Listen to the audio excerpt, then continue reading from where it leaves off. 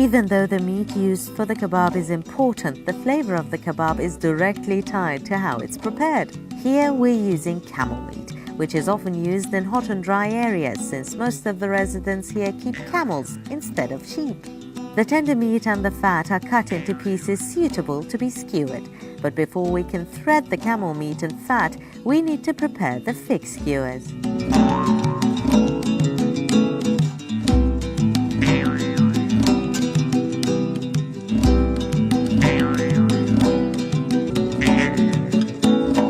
During the month of May, when fig trees are laden with green figs that are not yet ripe, is the best time to make fig skewers, since the fig branches are oozing with juice that come gushing out of the branches when heated, even just a little bit.